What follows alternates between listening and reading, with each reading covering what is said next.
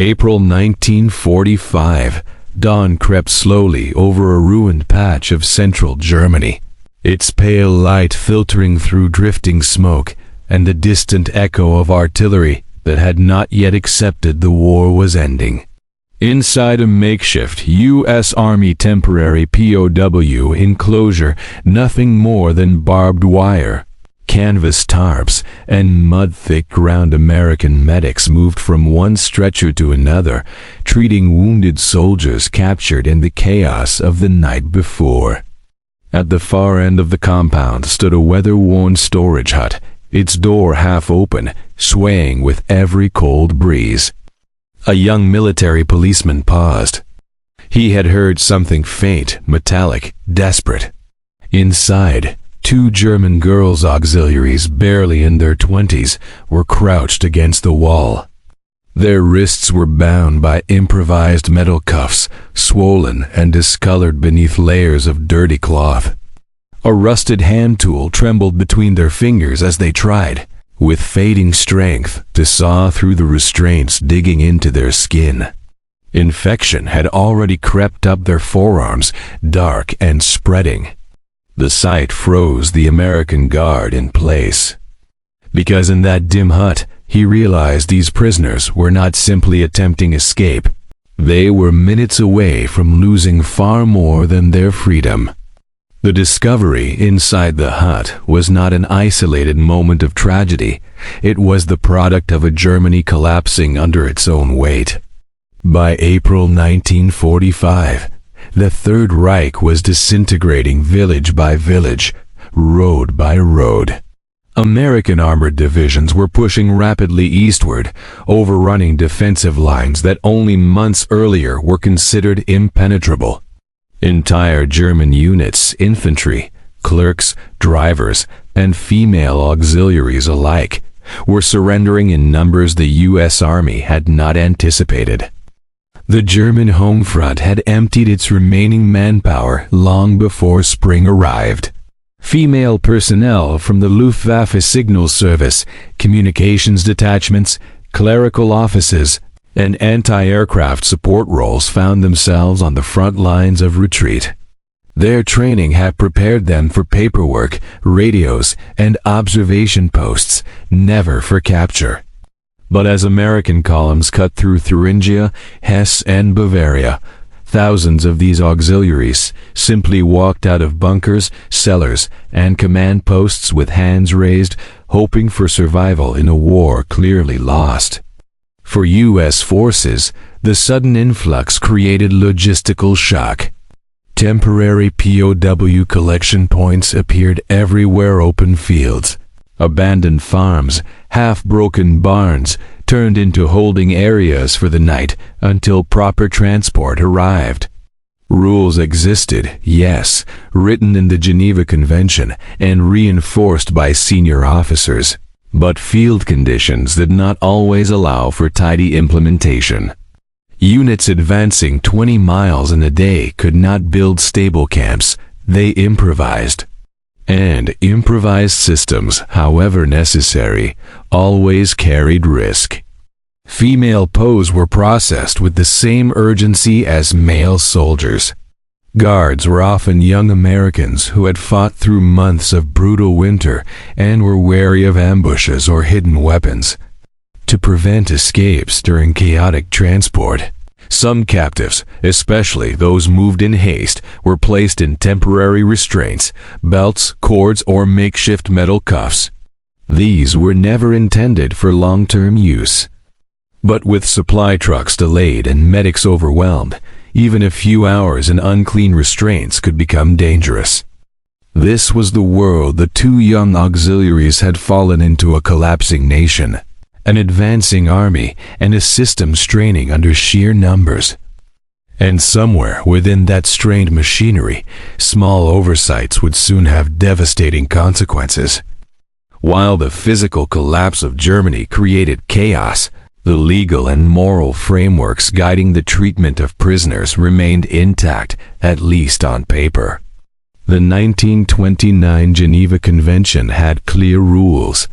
Prisoners of war were to be protected from violence, provided with adequate shelter, food, and medical care, and treated humanely regardless of age, gender, or rank. U.S. Army units generally adhered to these principles, even under extreme conditions, but the sheer scale of captures in April 1945 made enforcement difficult. Temporary enclosures, hastily assembled in fields or abandoned warehouses, often lacked the most basic sanitary measures. Mud, rainwater, and makeshift latrines became commonplace. Guards moved hundreds of prisoners at once, juggling security, logistics, and the threat of lingering combat nearby. In such environments, minor injuries or poorly applied restraints could quickly turn into serious medical emergencies. For young female auxiliaries, often inexperienced with the physical demands of captivity, these dangers were amplified. Medical knowledge at the time emphasized that metal restraints, especially when applied hastily or left in contact with the skin for hours, could quickly become a source of infection. Rusty cuffs, combined with cuts or abrasions, created ideal conditions for bacteria to enter the bloodstream. Without immediate intervention, such infections could escalate into gangrene or sepsis, life-threatening conditions, even in well-equipped hospitals. In a field environment, these risks were magnified by limited antiseptics, crowded tents, and exhausted medics who were prioritizing heavily wounded soldiers. Amid this uncertainty, fear and desperation dominated the prisoners' minds. For the German girls, the sight of metal biting into their flesh was both pain and urgency. Each minute spent attempting to free themselves was a gamble between risk of injury and hope for survival. Their psychological stress mirrored the physical peril, forming a combination that would test both their endurance and the training, vigilance, and humanity of the American personnel who discovered them. Even in the midst of military precision and discipline, small moments, like two young women trying to saw off their shackles, could define the line between life and death. It was within this precarious balance that the events of the hut would unfold, shaping decisions, actions, and consequences that would echo far beyond the muddy field that morning. The two German auxiliaries were young women, barely in their 20s, thrust into circumstances neither training nor upbringing could have prepared them for. Their days had once been measured in routine duties, transmitting messages, sorting records, or maintaining equipment. Now, their reality was reduced to mud, cold, and metal biting into skin.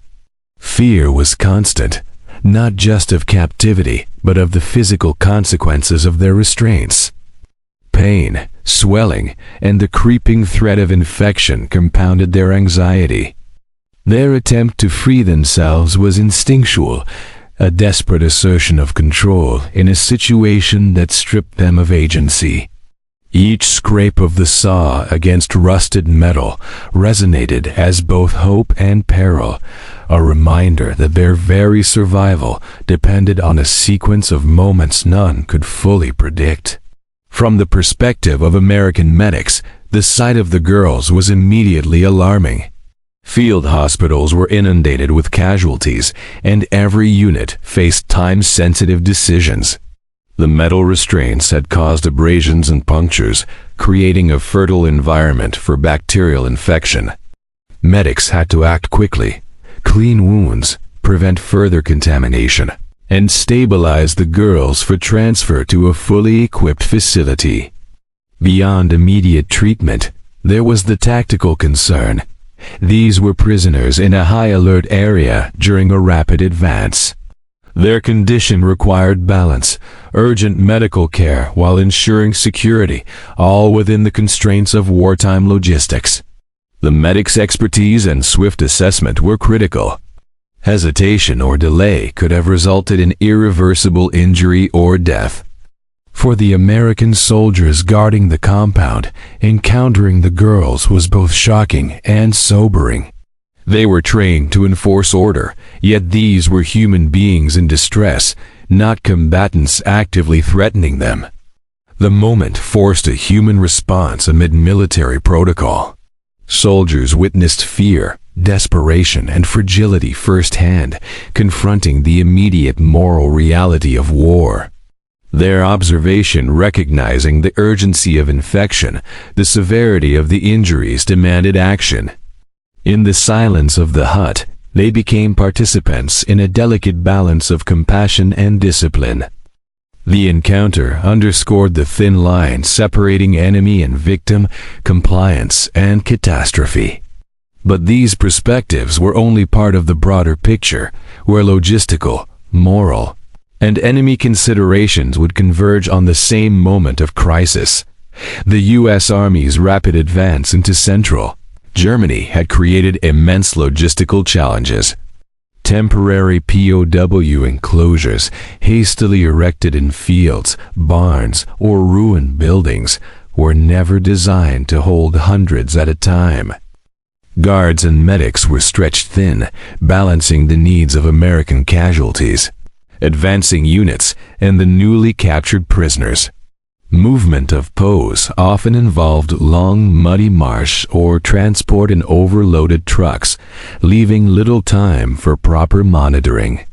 In this context, small oversights like leaving restraints in place for hours or failing to notice early signs of infection could quickly escalate into life-threatening emergencies. The field environment amplified the fragility of every decision, where a single delayed observation could mean permanent injury or death.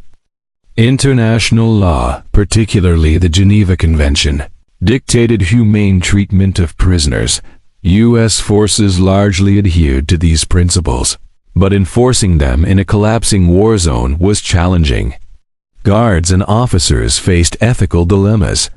How to maintain security while preventing harm, how to intervene when small injuries could turn fatal, and how to reconcile the immediate human needs of enemy personnel with military objectives. The discovery of the girls attempting to saw off their shackles highlighted this moral tension. Intervention was not just a medical necessity, but a legal and ethical obligation, demonstrating that even in the chaos of war, adherence to humanitarian principles could and did save lives. From the viewpoint of the captured German auxiliaries, fear and uncertainty dominated. They had surrendered, yet captivity offered no immediate guarantee of safety. The improvised restraints were at once a symbol of powerlessness and a direct threat to survival. Their attempt to free themselves was both a physical necessity and a psychological assertion of agency in a situation otherwise defined by chaos. The presence of American guards and medics introduced another layer of unpredictability. Could they trust these soldiers to act humanely, or would misstep bring death or permanent injury? Their perception of danger, urgency, and desperation added a human dimension to the unfolding tactical and medical crisis. All these perspectives, human, medical, tactical, moral, and enemy, converged on a single, decisive moment that would determine life or death in the muddy enclosure.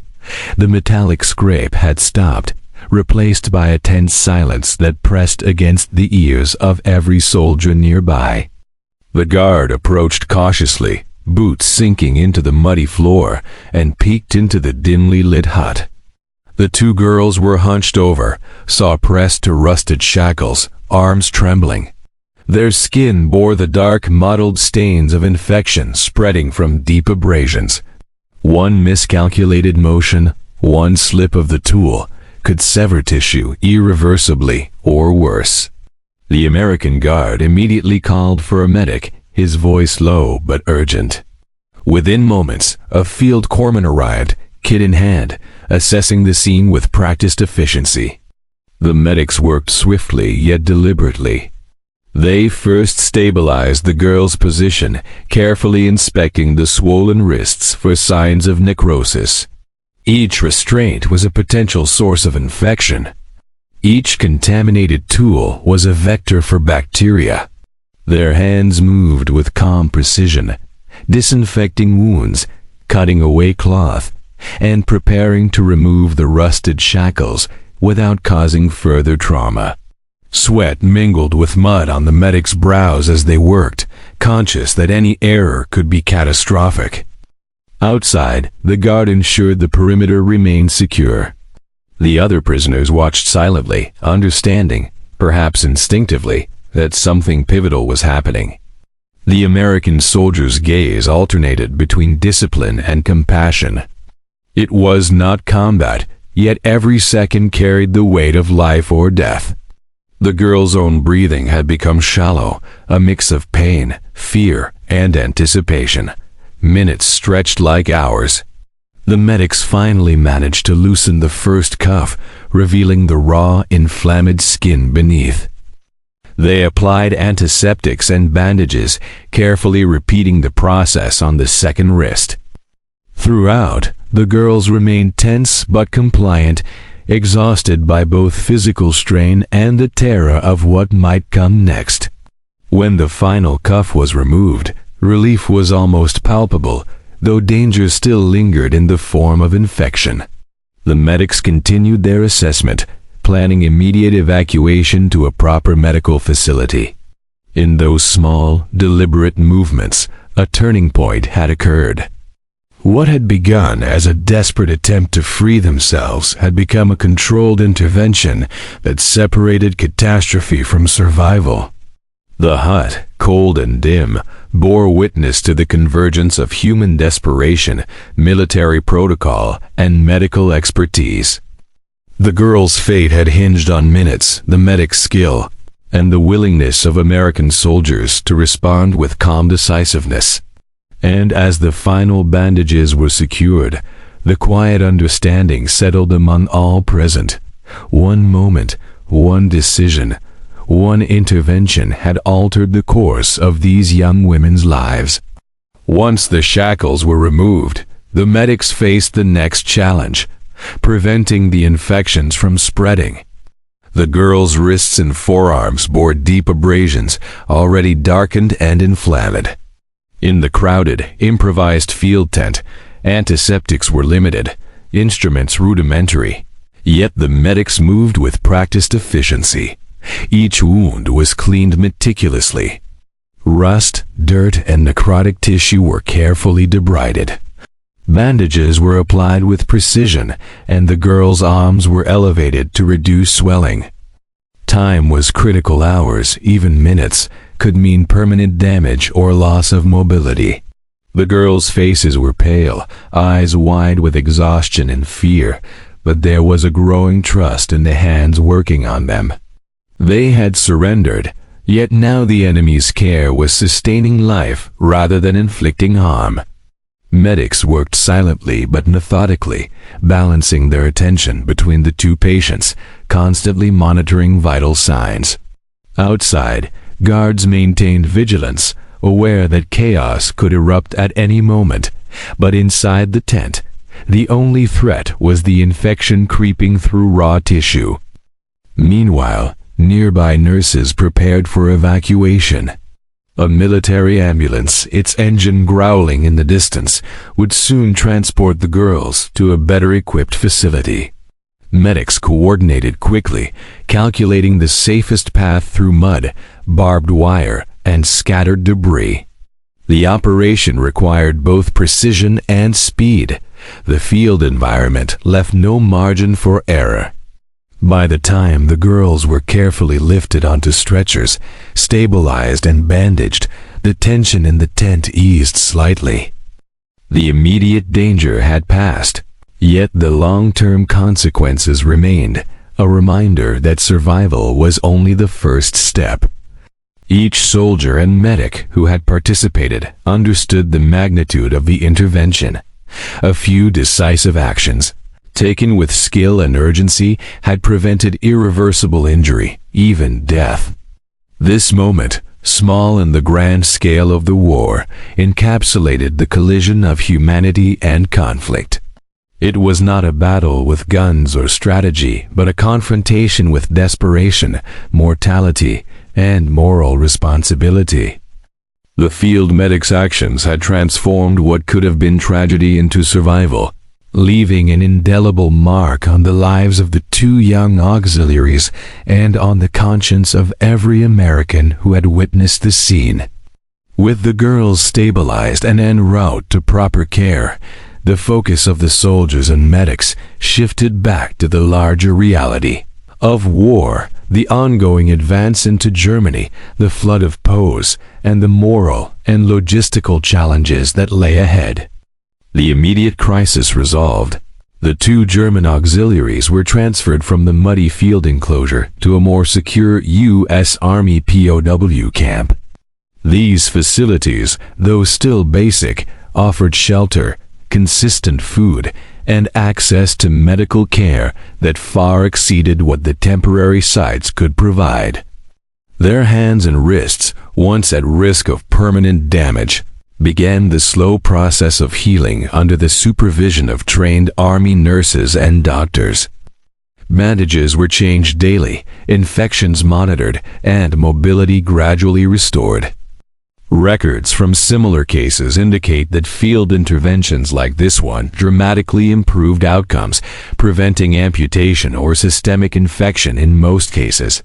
For the American medics and soldiers involved, the event left a lasting impression. Witnessing the vulnerability of the prisoners, especially young women who had been caught in the collapsing war machinery, reinforced the humanity underlying their military duty. Guards who had initially viewed the girls as mere prisoners were confronted with the stark realities of suffering, responsibility, and moral obligation. The experience highlighted a fundamental aspect of warfare, even amid violence. Discipline and compassion could coexist, saving lives in unexpected ways. Across the camp, the story of the girls' near tragedy spread quickly. Fellow POWs watched the medics' careful work with a mixture of relief and apprehension. It underscored a simple truth. Survival in captivity often depended on the attentiveness, skill, and ethical judgment of those charged with oversight. Even in hastily constructed, crowded facilities, small acts of diligence could prevent irreversible harm. Yet the broader logistical challenges remained. Camps continued to fill with new prisoners as American forces pushed deeper into Germany. Medics and guards had to balance immediate humanitarian needs with security, supplies, and the pressures of advancing combat operations. Each decision, who to treat first, how to prioritize transport, and how to monitor wounds, carried consequences that could ripple through the camp. Despite these challenges, the girls' recovery became a quiet testament to effective intervention under pressure, illustrating how preparation, skill, and humanity could combine to preserve life even in the final, chaotic days of the European theater. As the days passed, the two German auxiliaries settled into a more stable routine within the POW camp. Their physical recovery progressed steadily. Swelling reduced, infection subsided, and mobility returned to their wrists and hands. Medical reports from U.S. Army field hospitals during this period highlight similar cases, showing that prompt intervention, even under improvised and austere conditions, significantly reduced long-term disability. The girls' experience became a testament to the effectiveness of rapid, compassionate medical care amid the chaos of war. Psychologically, the impact of their rescue was profound. The initial fear, pain, and desperation of the shackled moments gave way to a cautious trust in their captors.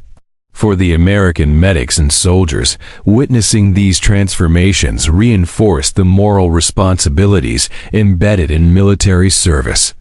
The scene had been a collision of duty and empathy, a reminder that the human element remains central even in large-scale operations. The broader strategic context of the war continued to unfold. American forces pressed onward, securing cities and processing large numbers of POWs.